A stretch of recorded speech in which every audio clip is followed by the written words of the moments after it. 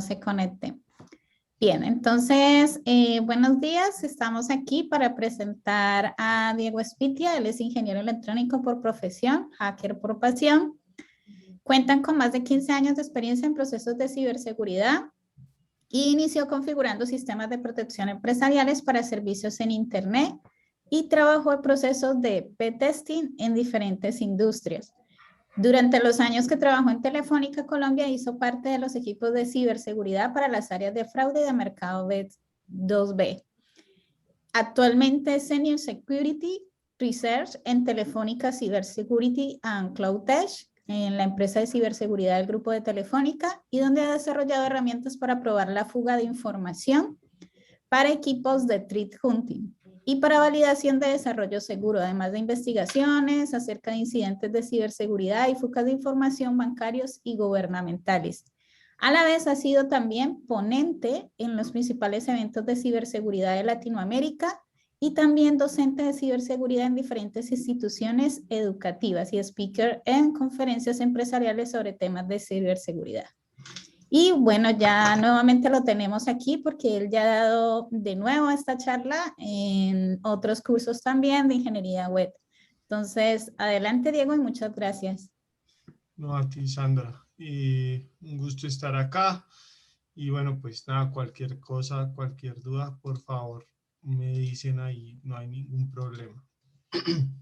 La idea es ver pues acerca del hacking en aplicaciones web, ver un poco la parte de OWASP. Bueno, ya me presentó Sandra. Me encuentran en todas las redes como DS Espitia. Entonces, bueno, lo primero son un poco los conceptos de cómo funciona un poco los servicios web.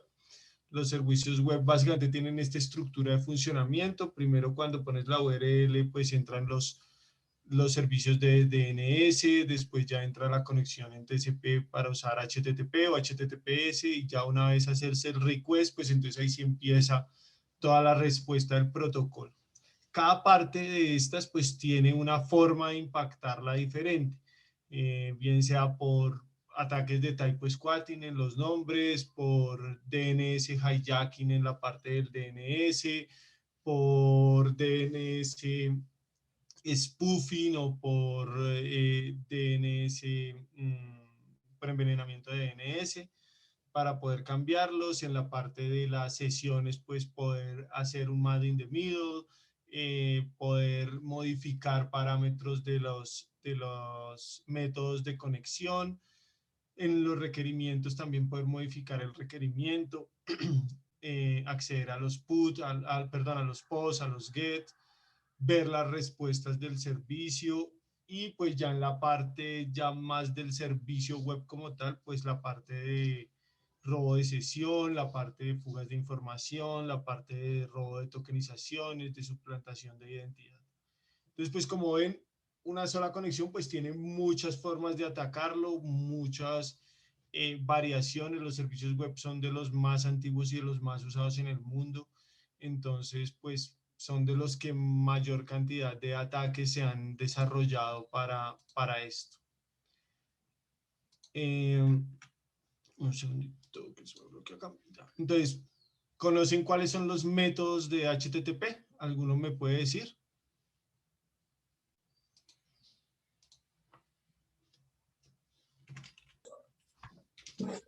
El postget.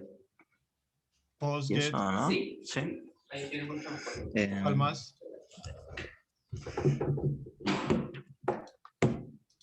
No hay un delete. Postget, delete, sí. Post y get son los más usados, son digamos los típicamente usados en el mundo. Pero pues existen muchos más. Existen los métodos seguros, son get y post. Pero está head, está patch, está trace, está option, está delete. Option te permite ver las capacidades del servidor, entonces si lo dejan habilitado es posible poder validar ciertos parámetros del servidor y con esto ir perfilando un ataque. Trace te permite ver si es solo un dispositivo o varios dispositivos los que contestan el servicio web, entonces también tiene problemas de fuga de información, de entrega de información que se requiere. Put, pues la verdad es muy poco usado, casi siempre se usa POST. Patch se usa para modificar o algo de configuración. Usualmente solo se usan en servicios que son machine to machine. Pero pues estos son los métodos y pues cada uno tiene una forma de usarse diferente dentro de los APIs. Cada vez es más común que veamos cosas como esta y por ejemplo aquí vemos en rojo ese delete donde te permite borrar puntualmente alguna orden. Si esto no está bien controlado, si esto no tiene una protección, pues es muy fácilmente usado por un atacante para borrar información. La arquitectura de la web cada vez es más amplia con los servicios de IaaS, PaaS, SaaS, con la forma en que nos comunicamos con los API REST, con los métodos tradicionales. Entonces la arquitectura cada vez se vuelve más compleja y a la vez pues permite muchos más ataques. Permite modificar no la página web como se hacía antes, sino ya muchas partes del servicio en diferentes stacks de la conexión. Entonces, las amenazas han incrementado. El OWASP se creó en el 2007, no, en el 2001. En el 2007 fue la primer top 10. En el 2001 como un proyecto para que los servicios web fueran más seguros.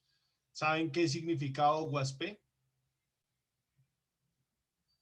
No, no creo, no lo han visto. Ok, es Open Web Application Security Project. Eso es OWASP, es un proyecto abierto para aseguramiento de servicios web. Y su mayor aporte a la comunidad, pues fuera de los datasheets de cómo corregir las vulnerabilidades de muchas de las cosas que se ven comúnmente dentro de los ataques, generó como una especie de top 10 de las amenazas más usuales. La primera versión fue en el 2007, cada 3 años se fue sacando, pero si se dan cuenta, en las dos primeras eran ataques como tal, cross-site scripting, injection flags, malicious file execution, cross-site request for get. Para el 2013 y de ahí para adelante cambió a que ya no fuera puntualmente el ataque, sino el impacto o la amenaza. Entonces, el riesgo como tal. Entonces, ya es un riesgo de inyección, entonces ya no está dividido en SQL injection, file injection, command injection, sino es inyección. Y esa es la importante y hasta este año fue la que mandó siempre como el top más peligroso. La última versión se hizo en el 2017 y no se había modificado hasta este año. Este año sale la versión, bueno, perdón, el año pasado, la 2021. Después de 5 años lo modificaron y pues tras casi 10 años de la inyección ser la que mandaba, pasa a un tercer puesto. Y el primer puesto pasa a ser el Broken Access Control. La forma ahora más usual de ataque, la amenaza más usada es romper los controles de acceso. Controles de acceso que hoy en día pues, son usualmente un token, un API key, y que usualmente no tienen muchos controles o controles muy fuertes para seguridad. Después pasa las fallas de criptografía, que se usan criptografías débiles, que se usan criptografías que son fácilmente rompibles, digámoslo así, por prácticamente cualquier computador, que no usan elementos criptográficos para el transporte, para el almacenamiento de información, para la protección de usuarios, de contraseñas. La inyección, todos los tipos de inyección, ahorita los vamos a ver. El diseño como tal inseguro de la aplicación, un mal proceder desde el diseño mismo de la ejecución, problemas de configuración de seguridad, que dejen, por ejemplo, el método trace habilitado en el servidor web, que los servidores de caché no almacenen correctamente sesiones. Todos esos son problemas de configuración. Que tengan componentes vulnerables o desactualizados, que usen un Joomla viejo, un WordPress viejo o sin configuración, sin los parches actualizados, un web server obsoleto, todo ese tipo de cosas. Fallas en identificación y autenticación, hay que tener muy en cuenta que estos son dos cosas completamente diferentes. Una cosa es identificar a la persona, otra cosa es autenticarla. Entonces, que no contengan las características propias para identificación y para autenticación son las fallas que aquí se mencionan en el punto 7. Integridad del software, que use software de terceros que tú no has validado y que no controles y te puedan generar problemas. Problemas de monitoreo y de registros, que no sepas qué sucedió en la máquina, que no sepas qué sucedió en el servidor. Y por último, uno que aunque sigue siendo un ataque, pues es que es un riesgo muy fuerte, que es el Server-Side Request Forgetting, que es uno de los más usados hoy, en donde se afecta directamente el servidor web. Ya ahorita los vamos a ver uno a uno. ¿Hasta ahí alguna duda, pregunta, algo que quieran saber puntualmente? Bueno, yo digo una pregunta. De los algoritmos de criptografía, ¿cuáles recomiendas como más para encriptar, por ejemplo, el password en la base de datos? Casi siempre, digamos, se usa el MD5 cuando se trabaja, por ejemplo, un backend con lenguaje de programación, por ejemplo, usando PHP. Y a veces en los web services utilizan el chat de 256, pero ¿cuál es más seguro? El SHA-256 es mucho más seguro. El MD5 como una firma de hash está bien, pero para hacer cifrado de esta ya la verdad es, digamos, ya tiene muchos colisiones y esto pues puede hacer que sea un poco más sencillo el reventarlo, digámoslo así, o el poder generar un problema sí, de detectar realmente la contraseña. Entonces, en los procesos criptográficos lo mejor es trabajar con cosas que tengan AES o que tengan, que estén basadas en Dillman Health, porque además ese tipo de sistemas criptográficos, aunque todavía estamos lejos de una era postcuántica, esos son los únicos que ante un ataque de un computador cuántico pues van a poder resistir o van a poder ser menos factibles a ser vulnerados. Entonces, por eso se recomienda usar SHA-256, SHA-512 si te da la capacidad de procesamiento. Con SHA-256 es más que suficiente. Yo tengo una consulta. Sí, claro. Con respecto a lo mismo de la falla criptográfica. ¿Qué puede afectar esto, por ejemplo, a las criptomonedas que se supone que están encriptadas? No, son dos cosas completamente Son diferentes. diferentes, ¿cierto? Los procesos de las La web 3 es diferente. criptomonedas perdona, son más es por procesos matemáticos que se hacen para el cálculo Ya. del movimiento de dinero como tal. Acá la criptografía es más para la protección de la información. Ya. Vale. Bueno, vamos a ver cada uno. Acá en la presentación, yo después le paso la presentación a Sandra. Está como la URL de cada uno. Entonces, los problemas de Broken Access Control. Una cosa es tener la autenticación y la identificación, que lo veremos más adelante, y otra cosa es tener la autorización para acceder a la información. Entonces, muchas veces se identifica bien, se autoriza bien a la persona, pero se autentica bien a la persona, pero tiene la autorización errada o hacen un salto en la autorización. Es lo que se conoce como un escalamiento de privilegios. Entonces pueden entrar con un usuario tradicional al servicio web y escalan desde este root para tomar control, por ejemplo, de toda la máquina. O tienen un usuario sin privilegios y pueden escalar a uno que tenga privilegios. Les voy a mostrar un video. Aquí está. Denme un segundo. Este es un ataque de Broken Authentication. Esto es una página de simulación. Quien lo quiera usar la puede usar. Lo pueden buscar como testing web de Pursuit. Acá yo simplemente me bajé el ejercicio como para cambiarle unas cosas de los nombres para que no hubiera tanta publicidad. El sistema tiene un login, tú entras, la contraseña le puedes poner básicamente cualquier cosa y accedes. Y él te dice login, o sea, entraste, estás autenticado. Realmente, ¿qué pasa detrás? Entonces, pues él envía un post y si ven en el post está la cookie de la sesión. La respuesta te dice que es un login. Entonces, ¿qué pasa con eso? ¿Qué contiene ese Session ID? ¿Alguno me puede decir qué cree que es eso? ¿Qué parece ser? ¿Eso no se incluye en la URL o no? Cuando se inicia. No, ¿qué parece ser? ¿Qué parece ser eso que está ahí como Es un token. un token? Pero ¿en qué creen que está codificado ese token? No, está. Base 64, fíjense que Ya. son números, letras y terminan igual. Denme 2 segundos, por favor.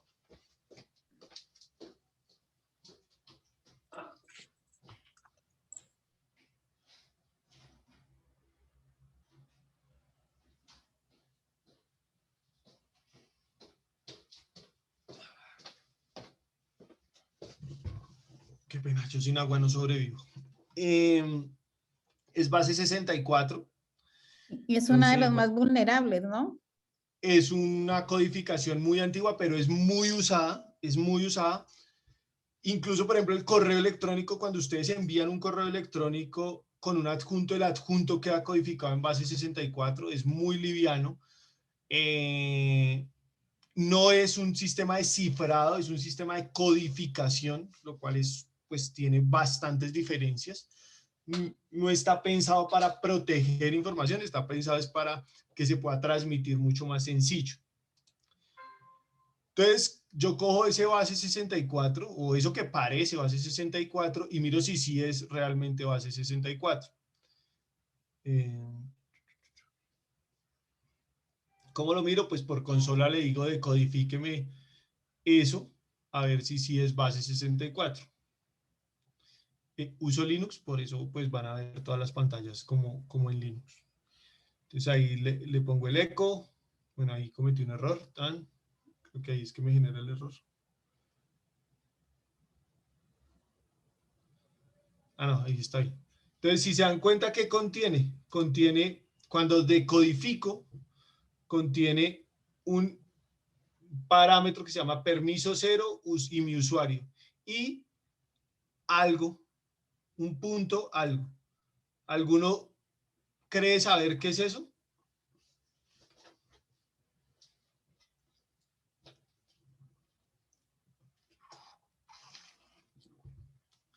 Miren la longitud, miren las características. Es un hexadecimal.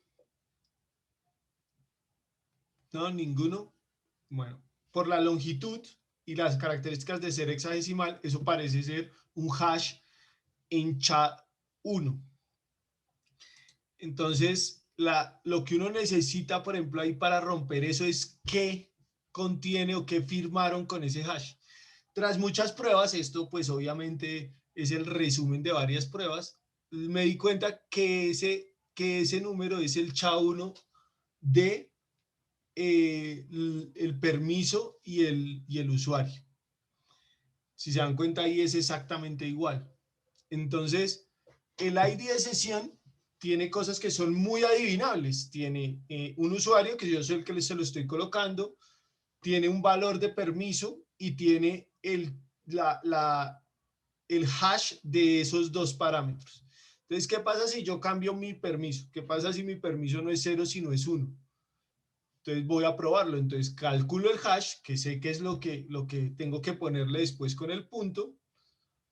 Creo la cadena completa, o sea, la cadena es los corchetes, permiso 1, username el que tenga, más el hash de ese, el hash en SHA-1 de ese mismo segmento. y lo codifico en base 64 porque el Session ID está en base 64.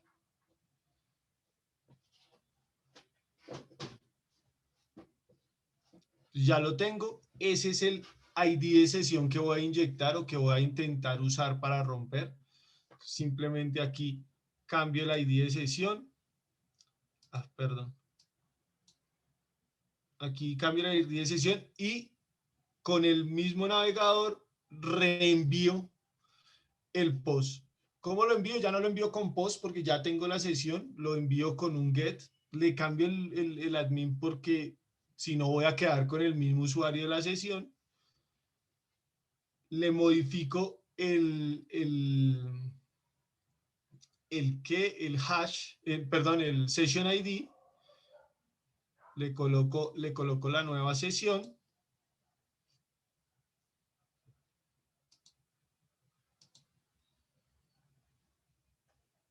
Ahí toca pegarlo como por partes, por como lo muestra la consola en Linux.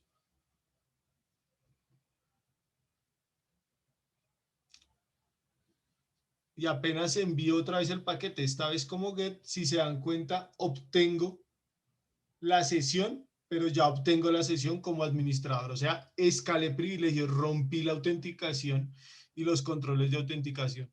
Pasé de ser un usuario tradicional, normal, a ser el administrador del sistema. Eso es romper la autenticación. Ese es el ataque o ese es el tipo de ataque que más se está usando. ¿Alguna duda? ¿Pregunta?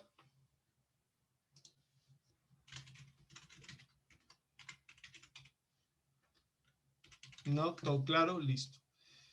Usualmente uno, ¿qué es lo que busca? Pues romper los ACLs de los controles de autenticación, poder validar qué tiene permiso de qué o a qué tiene permiso de qué.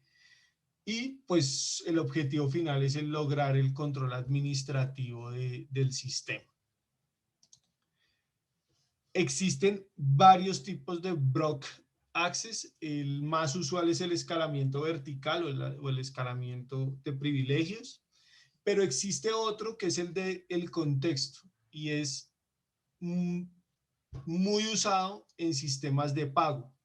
Los sistemas de pago, los carritos de los sistemas de pago lo que hacen es como almacenar los diferentes cosas que tú vas adquiriendo en la tienda, generan un contexto de lo que tú vas a llevar y en el momento del pago ese contexto debería ser eliminado, o sea, debería quedar en cero el carrito. ¿Qué pasa si en el momento del pago yo puedo modificar el carrito? Entonces yo meto en el carro, no sé, una botella de agua y cuando pago hago la modificación del contexto del carrito y ya no compro un agua, sino, no sé, me compro un carro. Entonces el pago de hecho me van a descontar el valor del agua, pero al carrito que le va a llegar a la parte de compras, el contexto de la compra como tal va a ser un carro. Entonces, esos cambios obviamente son muy fuertes y rompen los controles de acceso porque ese contexto que se debe llevar sobre el usuario de qué pagó, de qué no pagó, de qué movió, de qué no movió, de a qué puede acceder, pues es modificado. ¿Alguna duda? ¿Pregunta?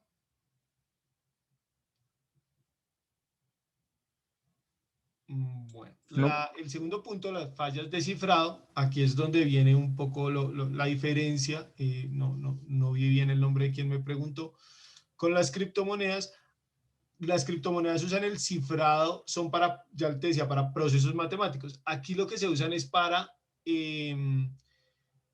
transmisión de información. Entonces, usando un Wireshark, uno puede, por ejemplo, capturar tráfico y si va en HTTP y no en HTTPS, pues uno puede encontrar directamente el user o el name.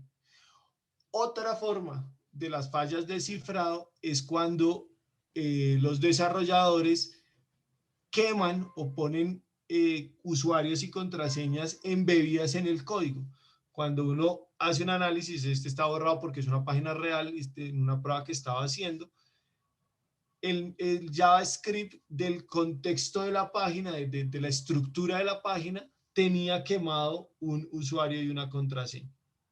Entonces, uno al leer esos JavaScripts que son públicos, que puede uno acceder desde la página, pues ya tiene un usuario y una contraseña válidos para entrar en el sistema.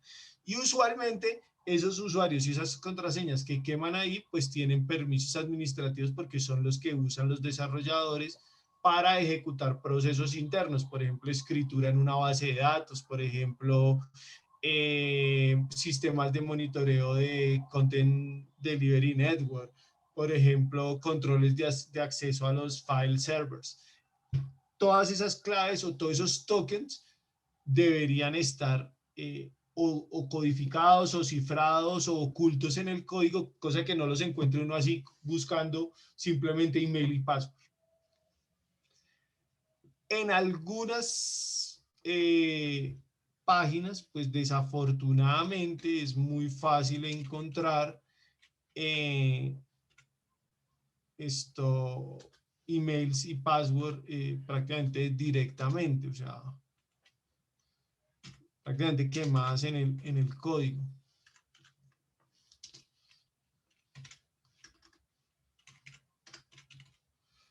Un segundo a ver si puedo encontrar uno aquí rápido.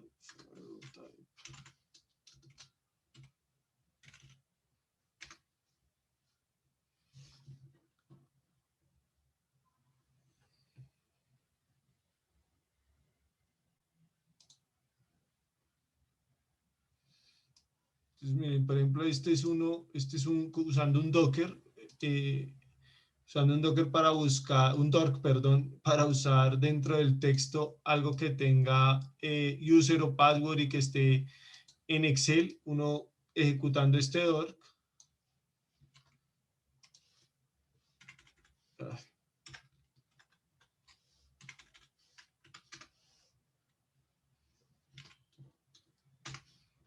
Puede encontrar, por ejemplo, fugas o archivos que tengan segmentos con usuario y contraseña totalmente listos. Como este Dork es tan usado, pues encuentras también mucha documentación. Pero así podría uno poner acá, no sé, JS y puedes encontrar algún tipo de JavaScript que tenga quemado este Y ahí user name. hacen, entonces usan la técnica de cross-site scripting, ¿o no? Para... Claro, si ya tienes esto, pues ya puedes usar prácticamente casi que cualquier técnica. Una de las más usadas ahí es cross-site scripting para poder acceder a los textos. Entonces, esas son las fallas en el cifrado, transmitir en texto claro o almacenar información sensible sin un correcto cifrado. Existen muchísimas inyecciones. ¿Alguno se atreve a decir una que no sea SQL injection?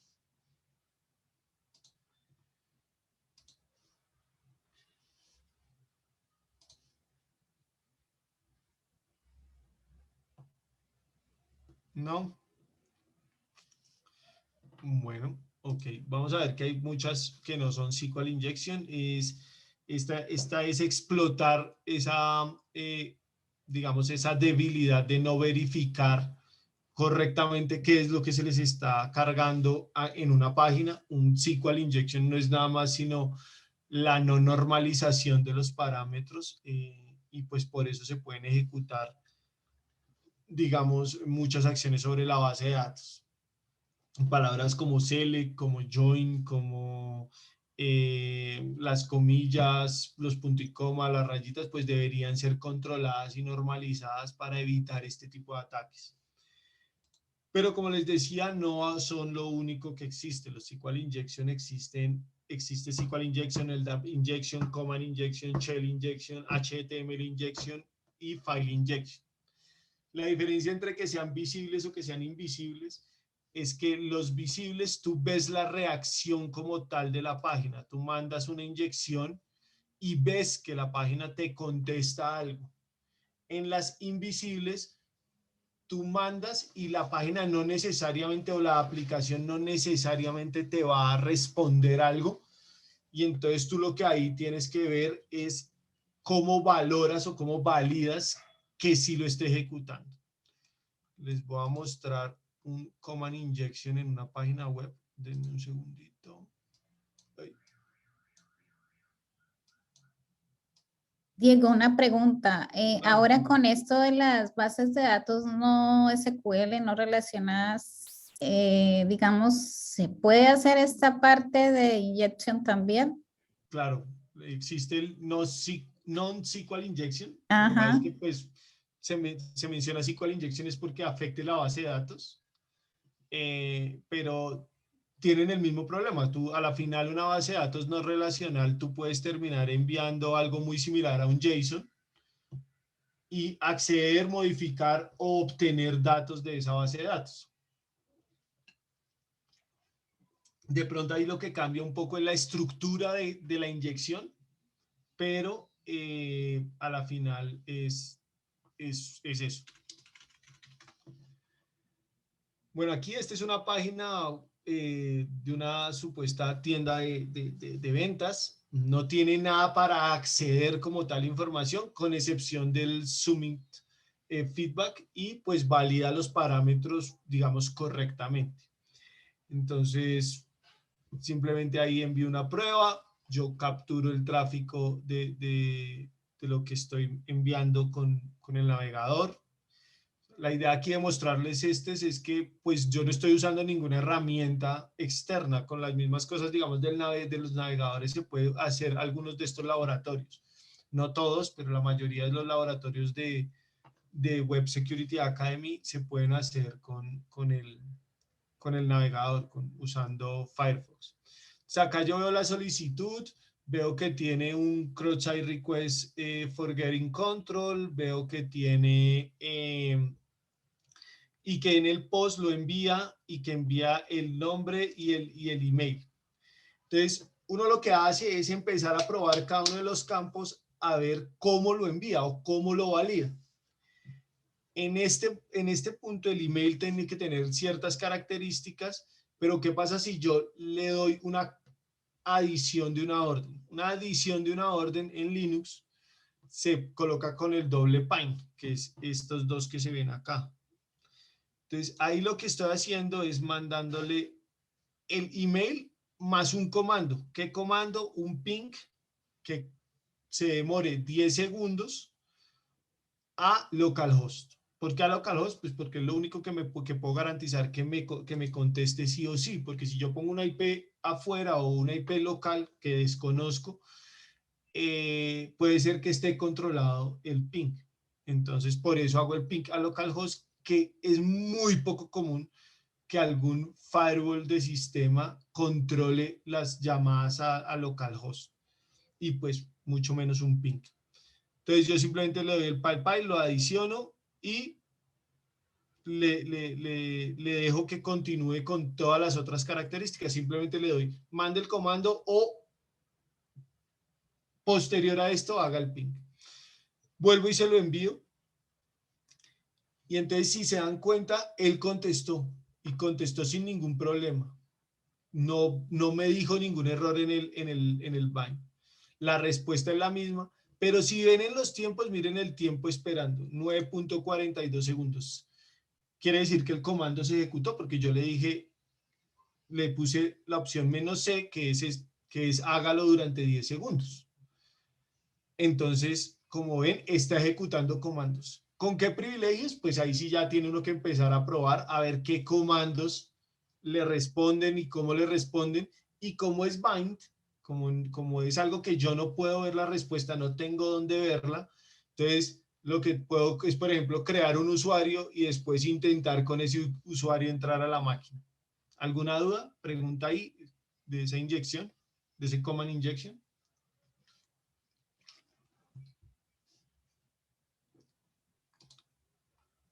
No, bueno. El siguiente es diseño inseguro. Entonces, pues, es de pronto la categoría más amplia, es el que más alberga cosas, porque pues es algo que es de diseño, es algo que desde que se empieza la implementación de la página o del servicio web, puede tener fallas de diseño. Por ejemplo, que en la URL quede el ID del usuario.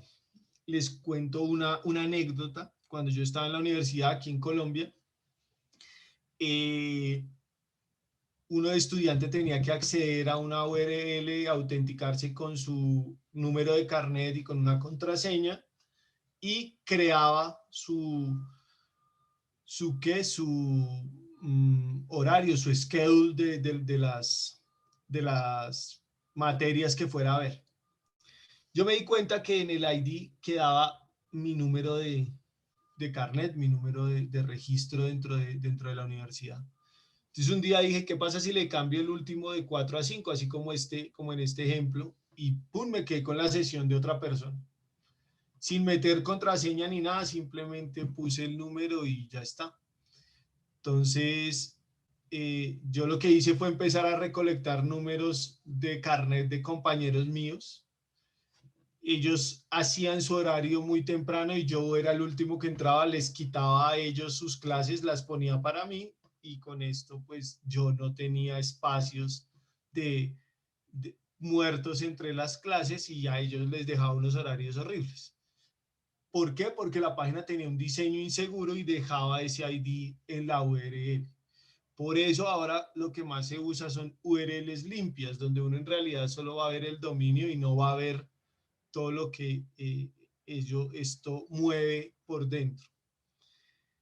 Pues obviamente uno de los diseños por diseño inseguro es que se transmita en HTTP y no en HTTPS, o la forma en que se interconectan los diferentes servicios de la aplicación, que no puedas entrar a un segmento, o que puedas entrar y no tenga los privilegios, o que un segmento de la página tenga un HTTPS sin una validación correcta o con un certificado autofirmado. Todo eso son problemas de diseño que pueden ser aprovechados por un atacante.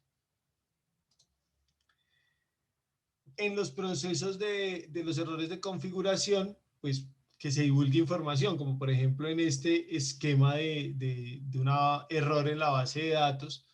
Pues si se dan cuenta, con simplemente ponerle o generarle un error, miren toda la información que bota. Está botando el ID del requerimiento, está botando la tabla de la base de datos que está llamando, está botando los strings de los componentes de la tabla, está diciendo la versión del Microsoft, del Internet, del IIS, perdón, y del ASP que se usó. Entonces, todo eso son errores por configuración. Existen 4 principalmente, que es no validar los inputs, que haya formatos que se puedan manipular o que se puedan modificar, que no se manejen correctamente los errores. Creo que ese es el más común de todos. Entonces uno va a punta de generarle errores a la página, va sacando información de los errores, y que haya insuficiente protección en las capas de transporte, o sea, que se transporte sin un HTTPS en un SSL3, que se siga usando SSL versión 1, o que se use TLS1 y no TLS2, o que simplemente no se use en algunos segmentos internos del servicio web. ¿Alguna duda en ese? Bueno, Claro. solamente para mencionar, Diego, por si de pronto los estudiantes, ese es un servidor y ese servidor tiene un sistema operativo Windows y digamos ahí el formato es diferente, es ASPX, que bueno, es como la otra cara de Windows y es bastante vulnerable ese ASPX. Súper vulnerable. Ya casi nadie debería por qué usarlo, pero pues hay muchos servicios web que lo siguen usando. En este momento existen también, esa imagen es viejita, en este momento existen también algunos conectores de PowerShell que también son vulnerables, porque puedes esconder comandos dentro de procesos de sistema. Pues básicamente ese es el problema de ese tipo de controles de información. Si tú le sacas un error, por ejemplo, a una página web, y en el error encuentras que te dice Apache 2.14 con el OpenSSL tal, con esto, pues ya reduces toda la búsqueda de vulnerabilidades a ese vector puntual de ataque. Por eso es que es, digamos, grave ese tipo de controles.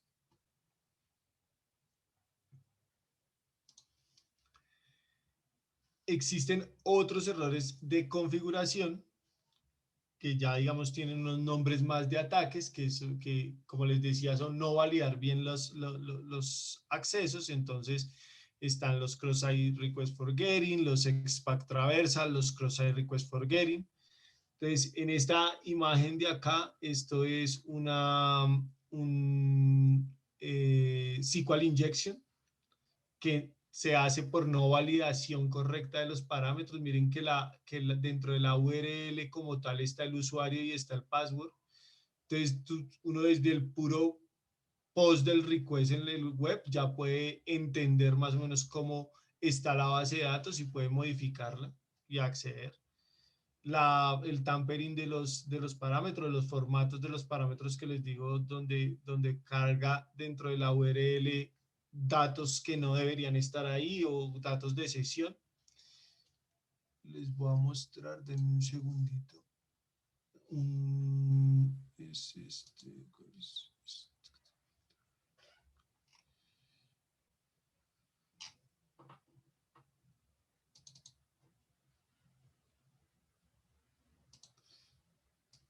Este es un cross-site scripting creado simulando ser la página de Netflix. Entonces, lo que se hizo fue crear un sitio usando el dominio, crear un sitio vulnerable.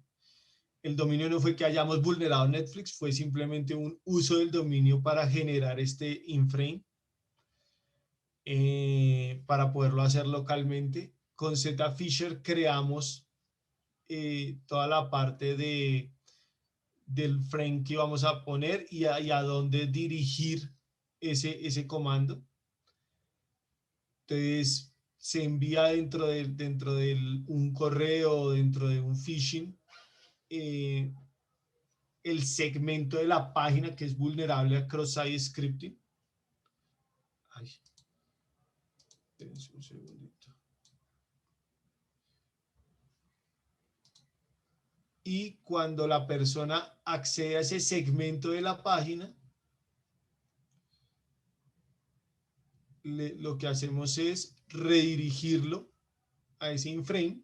Usamos la redirección para validar. Como tiene el dominio de Netflix, pues la persona es muy poco probable que vaya a ver el error. Y como ven, pues es muy fácil ver como que si fuera Netflix, pero ahí realmente lo estamos mandando a ese sitio de Chrome que nos genera la herramienta por ese factor vulnerable en la URL, donde podemos inyectar el inframe, hacemos el cross-site scripting y la persona cuando mete los datos, pues lo podemos obtener en el Zfisher.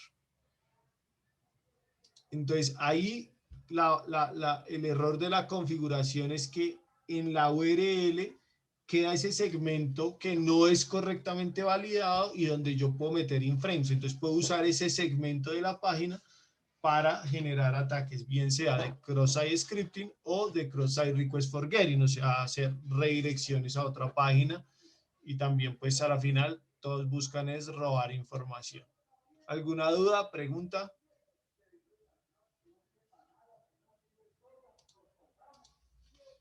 No, bueno. Entonces el siguiente son los componentes vulnerables u obsoletos.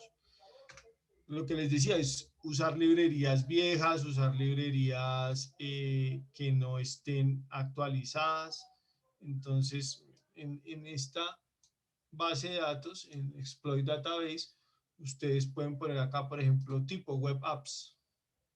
Y él de una vez les saca 26.312 entradas de posibles ataques a Web App. Entonces, pues PHP, hardware, bueno, Web Apps múltiples. Entonces, pongámosle, por ejemplo, aquí en la plataforma podemos ponerle, mira, el que estabas nombrando, Apex.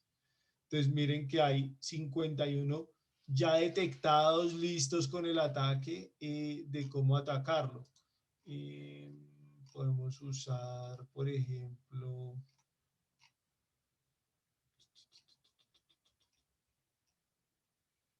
PHP es uno de los que más tiene. Entonces miren, 21.000, casi todas son de PHP. Otras son de los puertos que usan. Todo esto son que ya están listos para ser atacados. Entonces, por ejemplo, veamos este que está validado y todo y tiene el ataque. Entonces, este está verificado, el exploit se puede descargar, o sea, simplemente descargarlo y mandarlo. Incluso tiene una aplicación ya vulnerable para que tú la descargues y acá está en Python 3 cómo hizo el ataque. Entonces, pues, copy-paste y lanzas el ataque y listo. Estás adentro si las características, si al detectar las características es una web app con PHP, por acá debe estar la versión, testeado en un Ubuntu server, explota un Python, el entorno es un Ubuntu server 20.04. Y este es el download del proyecto. Acaba de validar en algún momento la otra versión. Diego, Entonces, pues, como ¿se puede detallar cuál es el lenguaje que tiene menos vulnerabilidades? lo que pasa es que aquí no necesariamente te dice cuál es el que menos Sí, vulnerabilidades tiene, sino la lista de sino, vulnerabilidades que sin- ocurre. sino acá son los exploits que ya están públicos. Entonces, pues yo me imagino que por ahí aquí dentro de Windows, mira, este tiene 272, el APX tenía solo 51, Solaris, esto es muy viejo, claro, solo uno, y miren, es del 2005, porque pues Solaris dejó de hacerse como en el 2010, 2012, entonces, pero no quiere decir que sea más o menos vulnerable, sino que pues, simplemente la gente no le está trabajando mucho a eso. Android solo tiene 4 y todos sabemos que a Android pues le dan muy duro. Entonces, simplemente porque nadie ha publicado en el exploit database ese parámetro puntual, o porque puede estar calificado por otra cosa, puede estar calificado, por ejemplo, por ataques remotos. Mira, ataques remotos tiene 41 Android, que pueden ser ataques de forma remota. Mira, por ejemplo, ejecutar código en WhatsApp Es el que 2.11.19. más ocurre. Exacto. Entonces, y miren, esto está escrito eso es Java.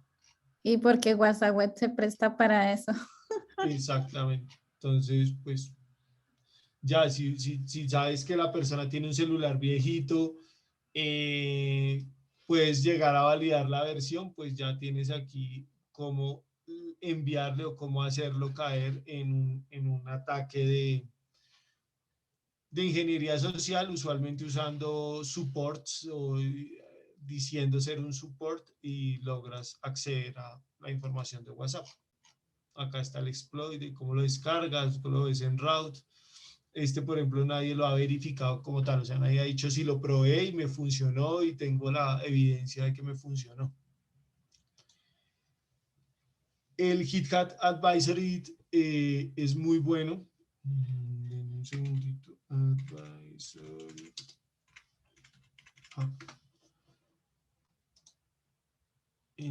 Este tiene los reportes de lenguajes de programación puestos dentro de GitHub, y pues puedes ver por Go, por Pi, te muestra los paquetes puntuales, cuál es crítico, cuál es height. Entonces muchas veces nosotros creamos una herramienta que se llama Package DNA, que lo que hace es coger el paquete y analizarlo.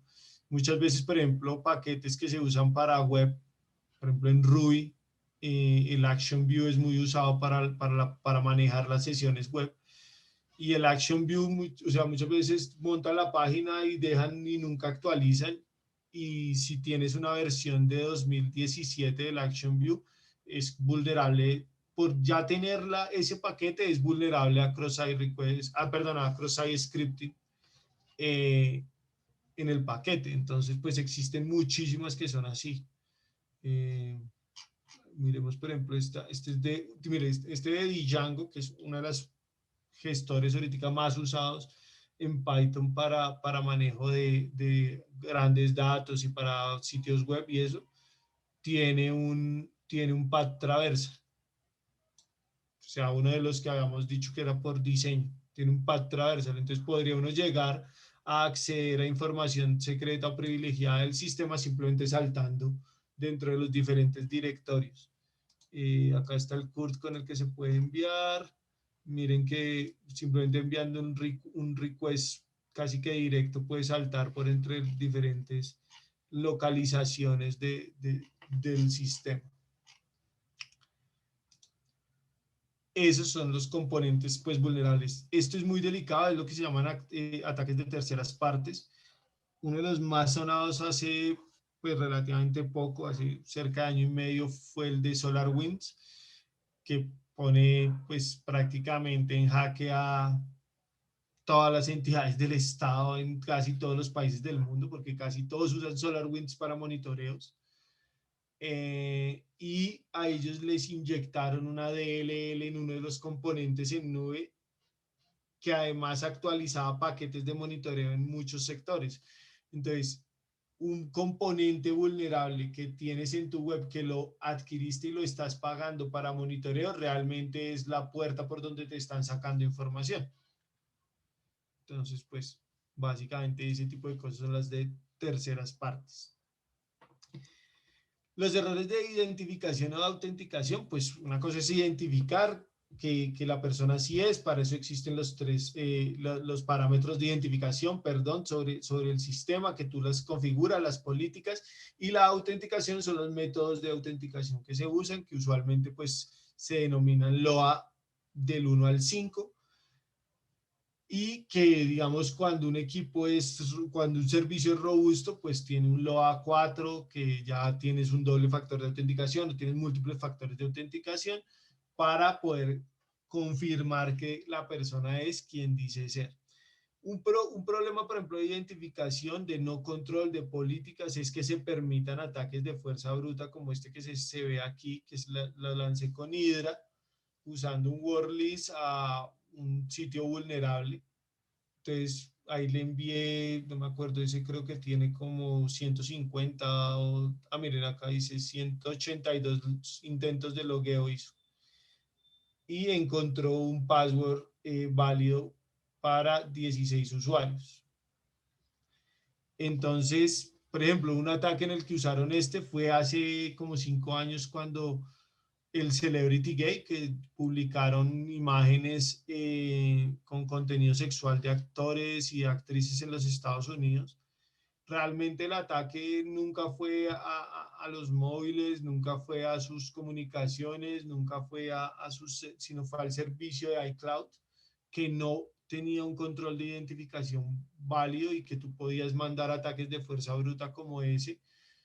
Y pues obtuvieron la contraseña de casi 5 millones, 6 millones de personas, creo que fue que dijo el atacante que había logrado.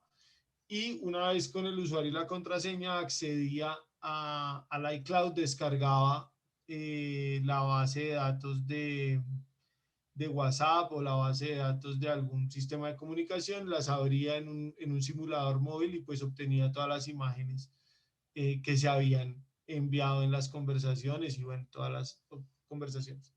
Otra forma usual de ataque a este tipo de identificación son los parámetros de cambio de recordar contraseña. ¿Por qué? Porque si yo puedo modificar por alguna de las formas que ya les mostré, por un cross-site scripting, por un cross-site request for gains, yo puedo modificar el que me envíen el recordar contraseña a mí, no al usuario válido, o yo tengo como aquí en la imagen el SSID del usuario, pues me puedo cambiarle la contraseña sin que éste sepa. Esos son los problemas de los errores de identificación.